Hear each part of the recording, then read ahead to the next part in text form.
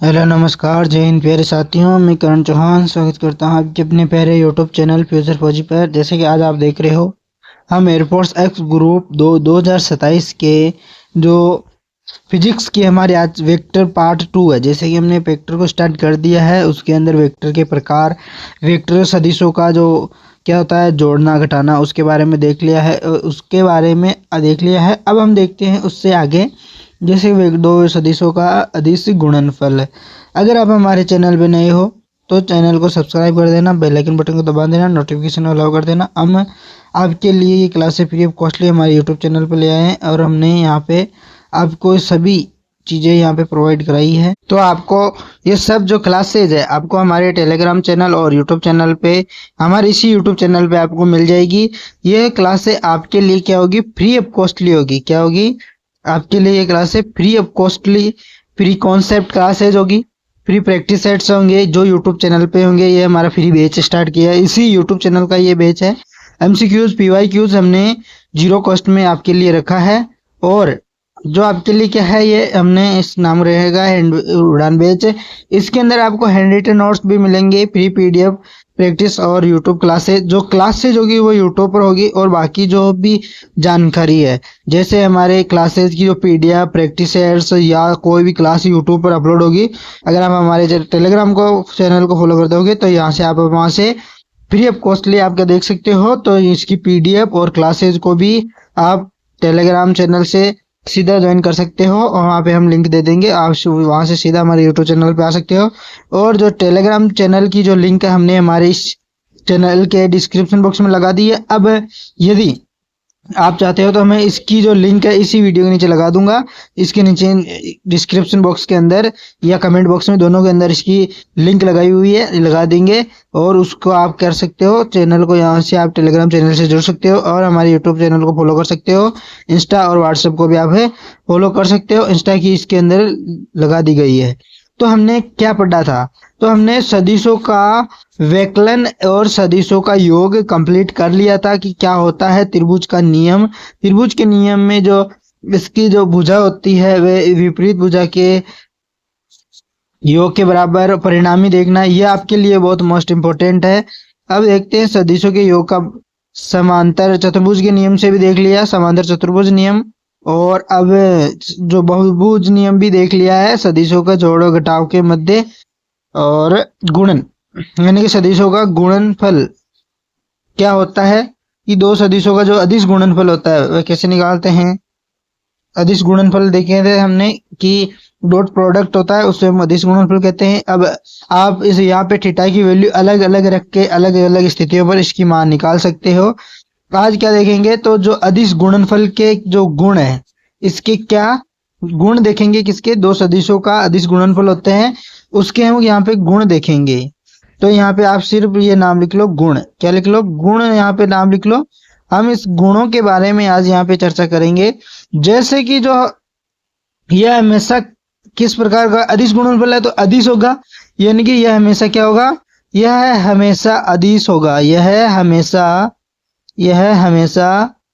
अदिश होगा, यह हमेशा अदिश होगा, यह हमेशा अदिश होता है, यह हमेशा अदिश होता है।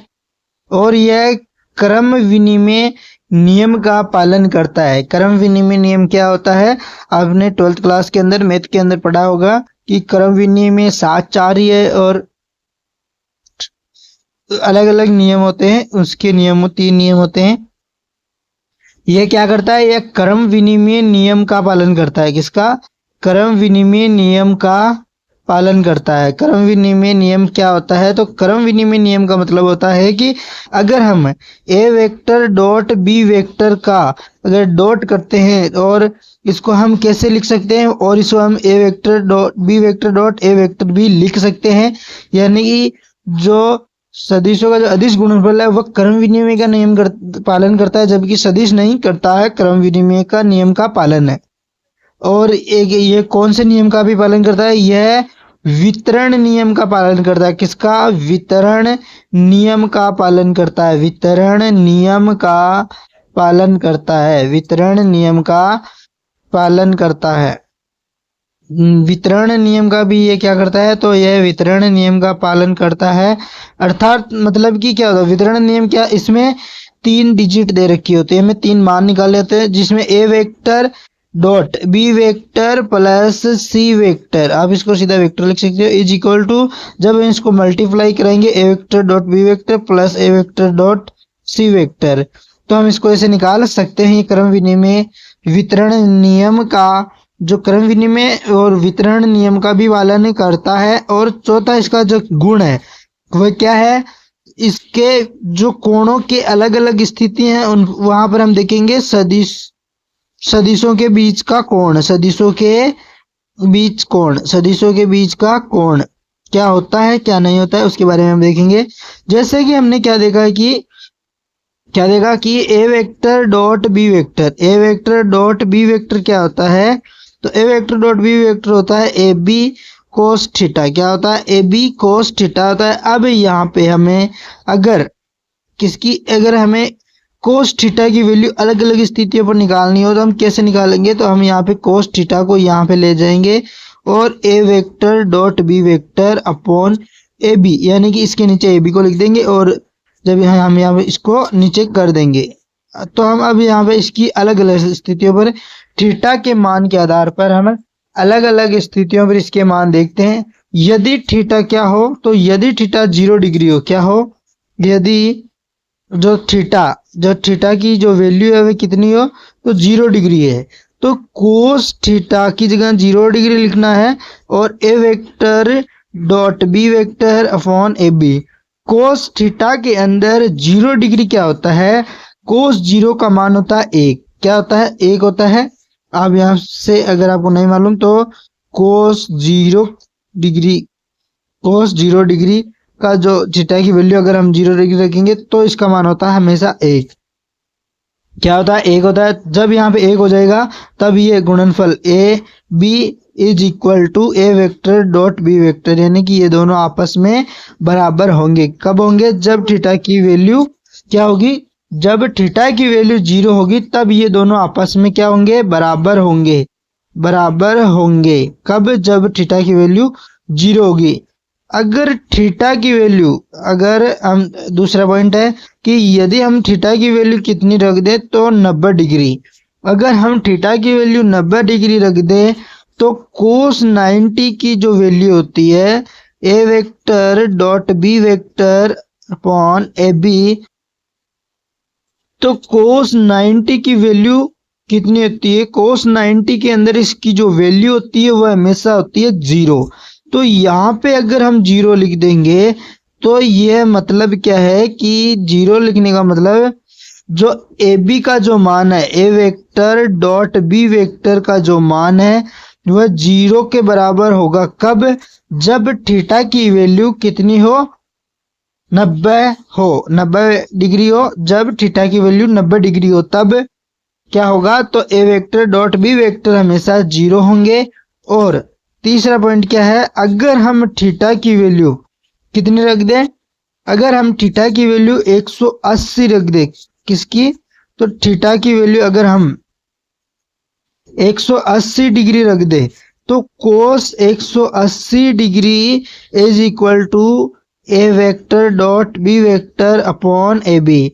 अब यहाँ पे कोस 180 की जो वैल्यू होती है वह कितनी होता है इसका मान, तो इसका मान होता है -1 होता है। तो हम यहाँ पे अगर -1 is equal to A vector dot B vector upon A B, अब हम इसको गुणा करा देंगे, minus A B is equal to A vector dot B vector. इसका क्या मतलब है कि जो सदिश की जो दिशा होगी वह क्या होगी, तो उसकी दिशा विपरीत होगी। माइनस का चिन्ह इसकी डायरेक्शन को बता रहा है, यानी कि इसकी दिशा क्या होगी, विपरीत डायरेक्शन के अंदर होगा। अब इसके अंदर एक ऐसा भी पॉइंट आता है कि आपको मतलब किसमें हम अगर समान सदिशों का गुणा किया जाता है, समान सदिशों का तो क्या प्राप्त होता है, असमान सदिशों का गुणा किया जाता है तो क्या प्राप्त होता है। यानी कि जब हम आई कैप को क्या करेंगे, अगर आई कैप और आई कैप को अगर हम गुणा करेंगे, या फिर जे कैप को अगर हम गुणा करेंगे, is equal to K cap dot के कैप, यानी डॉट लगाना ना कि क्रॉस, तब हमें मान प्राप्त होता है 1। यानी कि समान सदिशों का गुणनफल हमेशा 1 ही प्राप्त होता है, जबकि असमान सदिशों का जो गुणनफल है वह अलग अलग हमें मान प्राप्त होता है। जैसे कि I cap J cap, J cap के कैप आई कैप, यह असमान अलग अलग सदिश होते हैं, उनका मान हमेशा 0 होगा। तो इसको आप कैसे निकाल सकते हो, इसको आप ऐसे मतलब कि आई कैप, ऐसे इसको गोला बना के आई कैप जे कैप और के कैप, इन तीनों को, इन दोनों को और फिर यहाँ से, यानी ऐसे आपको इसको मल्टीप्लाई करता जाना है। तो हम यहाँ से इसको निकाल सकते हैं आई कैप जे कैप।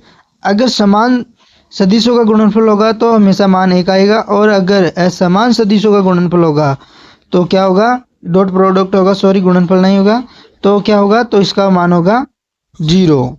अब हम उसके अंदर कुछ जैसे एग्जाम्पल के थ्रू आपको बता देते हैं कि आपके एग्जाम्पल में क्या था। उदाहरण के तौर पर या फिर एग्जाम्पल के तौर पर आपको जैसे कार्य क्या होता है, कार्य होता है W बराबर F वेक्टर डी एस, या एस वेक्टर मान सकते हो। तो यह होता है कार्य W is equal to F D S cos theta, यानी कि ये किस प्रकार का है, तो ये अदिश है सदिशों के, ये इसका एग्जाम्पल है।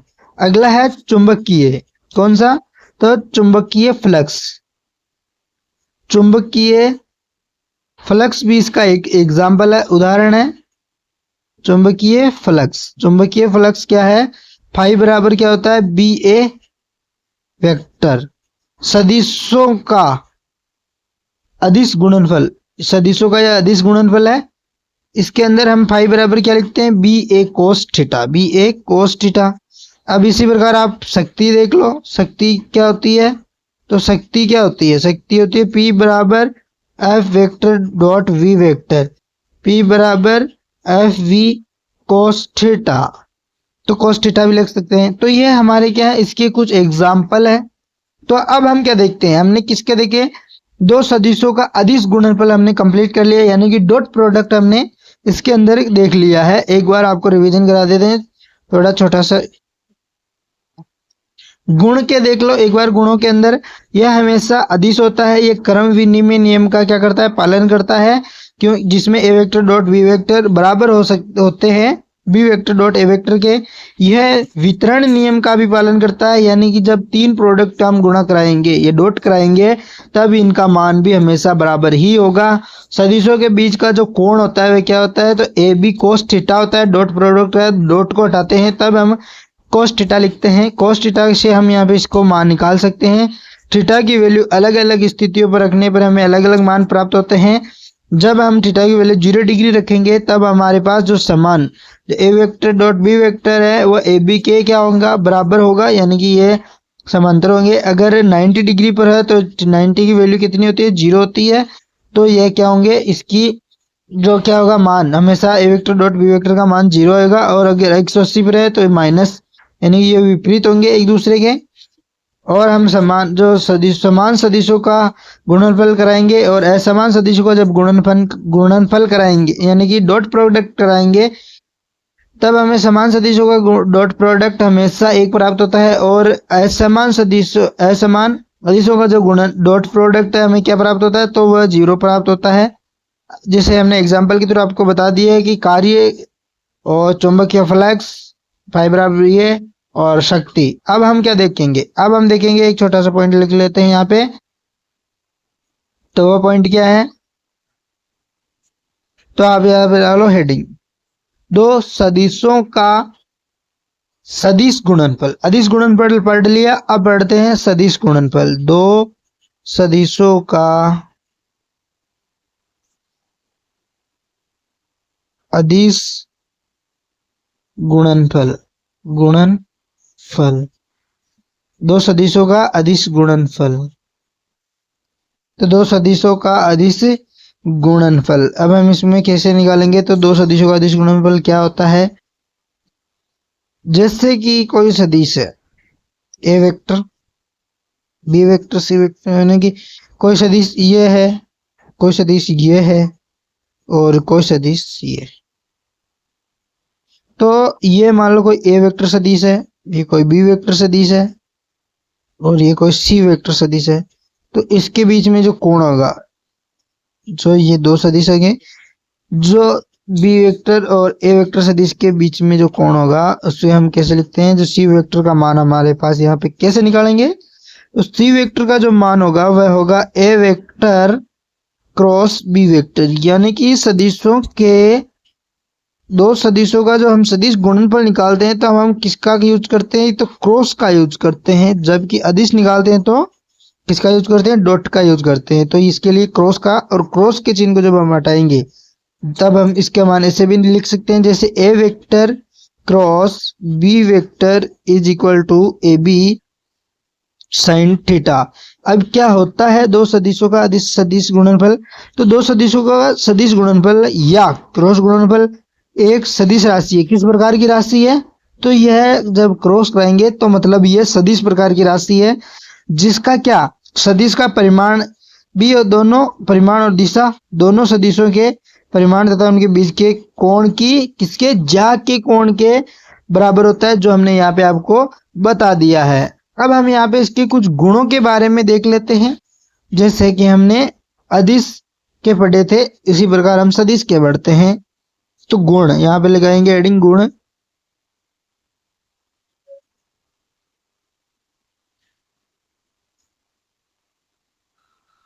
तो गुणों के बारे में देखते हैं, गुण देखते हैं इसके गुणों के बारे में।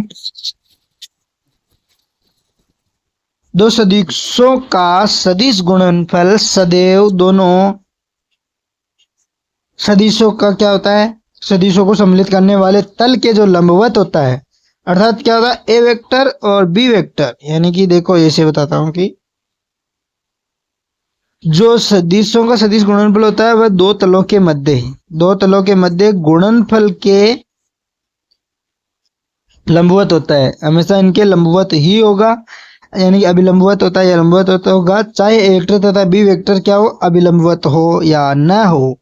यानी कि ए वेक्टर क्रॉस बी वेक्टर हमेशा सी वेक्टर के बराबर होंगे, जो हमारे पास यहाँ पे जो निकलेगा सी वेक्टर, इसको हम ले लेंगे या फिर ऊपर से ले लेंगे। इसके अंदर जो ए वेक्टर है, ए वेक्टर जो लंबवत होता है किस पे, सी वेक्टर पे, ए वेक्टर लंबवत होगा किस पे, सी वेक्टर पे, ए वेक्टर लंबवत होगा किस पे, तो सी वेक्टर पे, और बी वेक्टर भी लंबवत होगा किस पे, सी वेक्टर पे, जबकि ए वेक्टर लंबवत नहीं होता है किस पर, बी वेक्टर पे लंबवत नहीं होता है। अब हम देखते हैं कि इसके जो गुणों के बारे में, दो सदिशों का सदिश गुणनफल क्रम विनिमय का पालन नहीं करता, जबकि अदिश गुणनफल क्रम विनिमय का पालन करता है।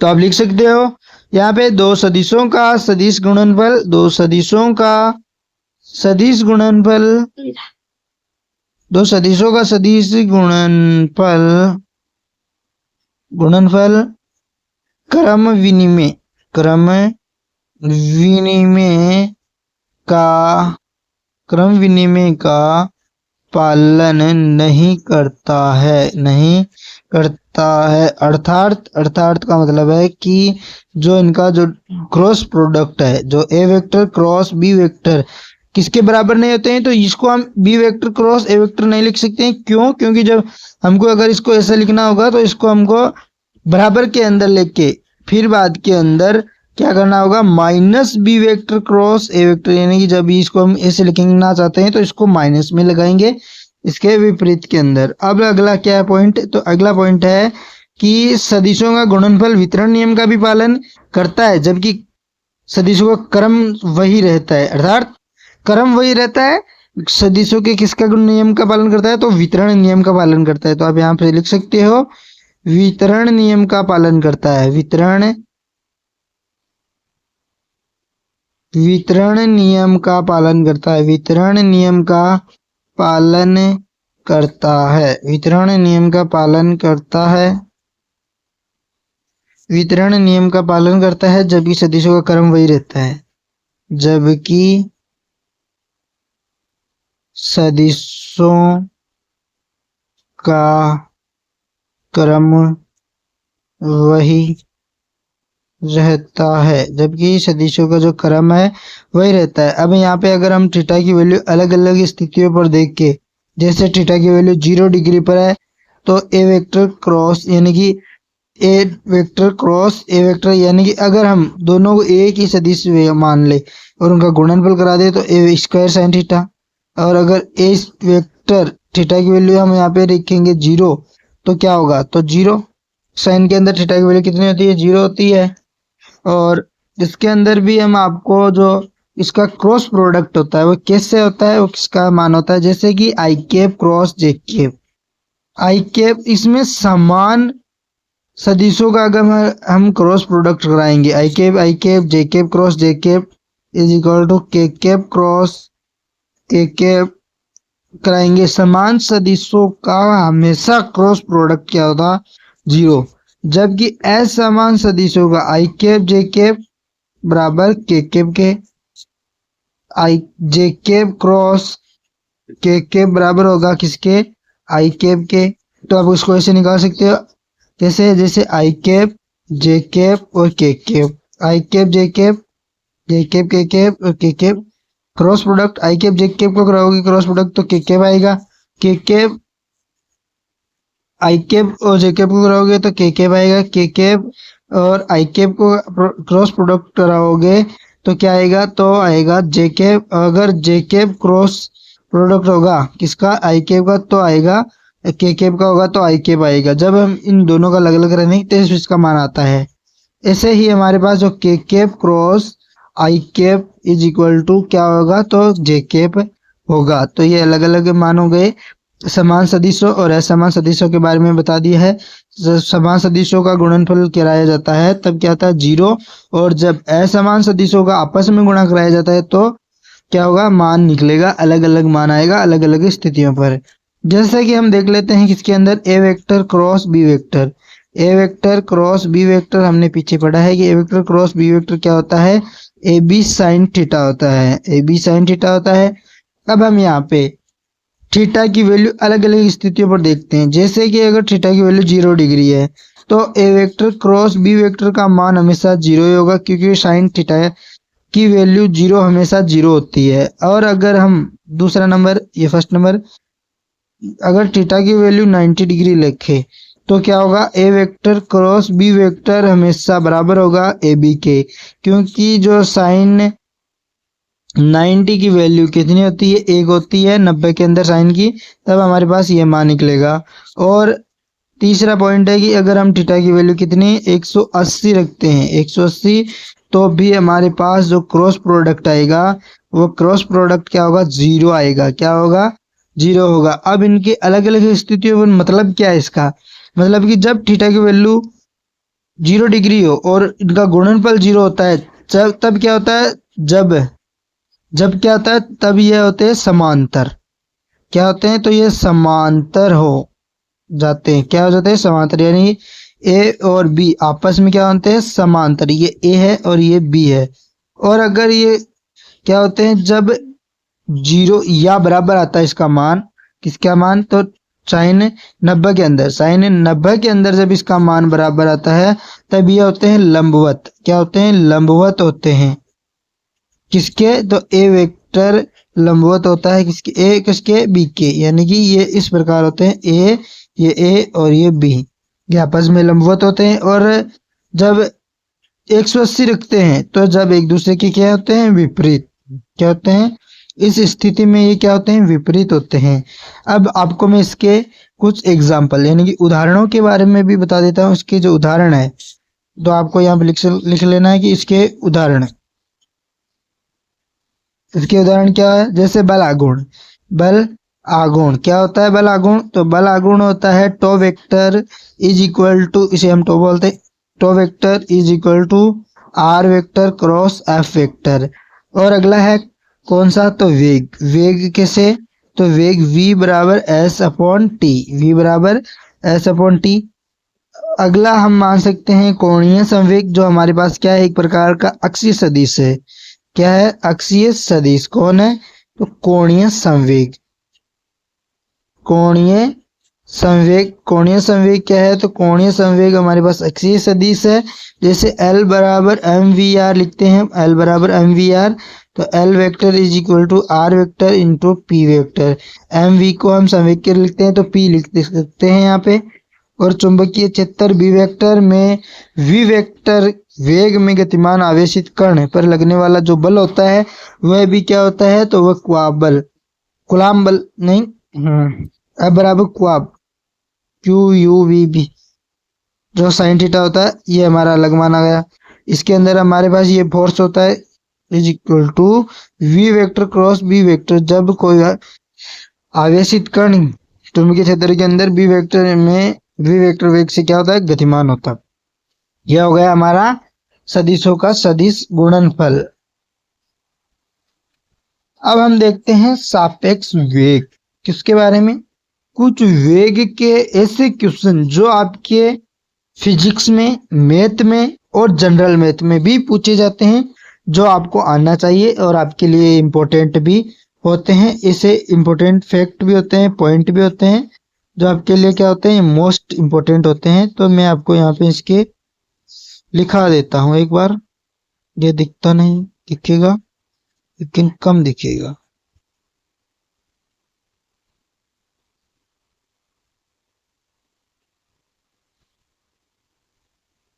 चलो हम इससे लिख लेते हैं। तो सापेक्ष वेग क्या लिखाएंगे? तो सापेक्ष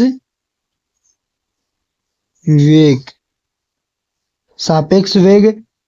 अब यहाँ पे आपको सिर्फ जैसे मैं लिख रहा हूं वैसे लिख लेना है। जैसे कि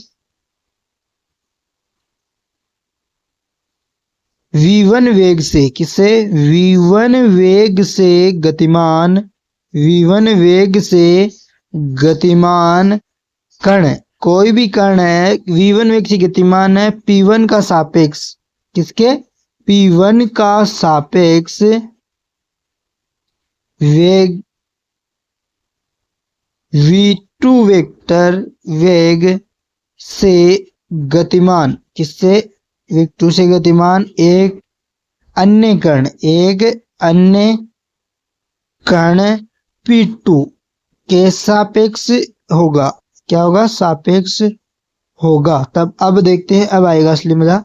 अलग अलग स्थितियों पर इसके मान अलग अलग निकालेंगे। जैसे तो यदि क्या होगा? यदि दोनों कण समान दिशा में गतिमान हो तब।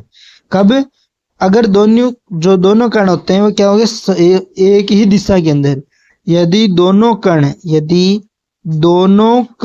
समान दिशा में, यदि दोनों कण समान दिशा में, यदि दोनों कण समान दिशा में क्या हो? यदि दोनों कण समान दिशा में गतिमान हो तब। अगर जब दोनों कण क्या होंगे? समान डायरेक्शन में जाएंगे तब इनका जो वेग होगा वह क्या होगा? v1 v2 is equal to, यानी कि v1 v2 का क्या होगा? अंतर। क्या होगा? तो इसका अंतर होगा जब कोई वेग v1 और v2 एक ही डायरेक्शन में हो तब, यानी v1 भी उसी दिशा में और v2 भी, तब उसके अंदर हम क्या निकाल सकते हैं? वेग। तो वेग क्या आएगा? ये आएगा। और सेकंड स्थिति क्या मान सकते हैं हम यहाँ पे? दूसरा नंबर की स्थिति, जैसे यदि दोनों कण क्या हो? विपरीत दिशा में। कब? जो कण होते हैं दोनों कण क्या होंगे? विपरीत दिशा में, विपरीत दिशा में गतिमान हो, विपरीत दिशा में गतिमान हो, विपरीत दिशा में गतिमान हो तब v1 is equal to v1 v2 is equal v1 plus v2। अगला है कि अगर दोनों कण क्या? दोनों कण एक दूसरे की क्या हो? लंबवत हो। कब? तीसरा पॉइंट क्या है? लंबवत हो। दोनों कण क्या हो? लंबवत। दोनों कण क्या हो? कण एक दूसरे के क्या हो? जब दोनों कण एक दूसरे के क्या हो? लंबवत होते हैं, एक दूसरे के लंबवत दिशा में गतिमान, दिशा में गतिमान, तब क्या होगा v1 इज इक्वल टू, तब क्या होगा v1 और v2 हमेशा रूट के अंदर इसके हम इसके मान निकाल सकते हैं। अब अगला है कि अब है मोस्ट इंपोर्टेंट सबसे ज्यादा, अगर नदी को पार करे तब, जब हमें क्या दे रखा हो टाइम। अगला पॉइंट आया फोर्थ नंबर का, यहाँ पे चौथ नंबर का पॉइंट लगा सकते हैं आप। जब टाइम दिया रखा हो तब हमें वेग निकालना, एवरेज औसत वेग। जब टाइम निकालना हो, सापेक्ष वेग आ गया, सापेक्ष वेग के बाद में अब औसत वेग कैसे निकालते हैं, जब समय दिया गया हो तब। कब, जब पर्सन के अंदर टाइम दिया गया हो, कब पर्सन के अंदर टाइम दिया गया हो तो हम किस सूत्र का यूज करेंगे, तब हम करेंगे V average. V average is equal to v1 plus v2 upon 2। और अगर जब टाइम नहीं दिया गया हो तब, जब टाइम नहीं दिया गया हो तब वी एवरेज कैसे निकालेंगे, जब समय नहीं दिया गया हो तब। जब समय नहीं दिया हो, नहीं दिया हो तब हम किस सूत्र का यूज करेंगे, तो हम उस समय V average, V average, V average to v1 v2 upon v1 plus v2, इसका हम यूज करेंगे क्योंकि ये हमारे लिए मोस्टली इम्पोर्टेंट होता है। तो ये हमारी आज की क्लास यहीं तक रही, छोटी सी क्लास थी। पूरी क्लास देखने के बाद आप जरूर बताना क्लास कैसी लगी। अच्छी लगी तो लाइक करना, शेयर करना और सब्सक्राइब करना अपने सारे दोस्तों तक। और अगर आपको इस क्लास की पूरी पीडीएफ चाहिए तो आप हमारे टेलीग्राम चैनल से जुड़ सकते हो, जिसकी लिंक मैं नीचे लगा दूंगा और लगा दी भी है। अगर आप हमारे चैनल को फॉलो भी कर लो और इंस्टाग्राम व्हाट्सएप को भी आप फॉलो कर सकते हो। यहाँ पर आपको क्या मिलेगा टेलीग्राम पर, तो free concept class, PYQs, practice सब कुछ आपको फ्री ऑफ कॉस्ट मिलेगा। आज की हमारी ये क्लास यहीं तक रहते हैं। तो पूरी क्लास देखने के बाद आप जरूर बताना है कि क्लास कैसी लगी। अच्छी लगी तो लाइक करना, शेयर करना, सब्सक्राइब करना और अपने सारे दोस्तों तक इसे शेयर करना, क्योंकि आपके लिए फ्री ऑफ कॉस्टली है। और हमें सपोर्ट भी जरूर करना। जाते जाते जय हिंद का एक बार नारा कमेंट बॉक्स के अंदर देते जाओ। Thank you. जय हिंद, जय भारत। आज की क्लास को हम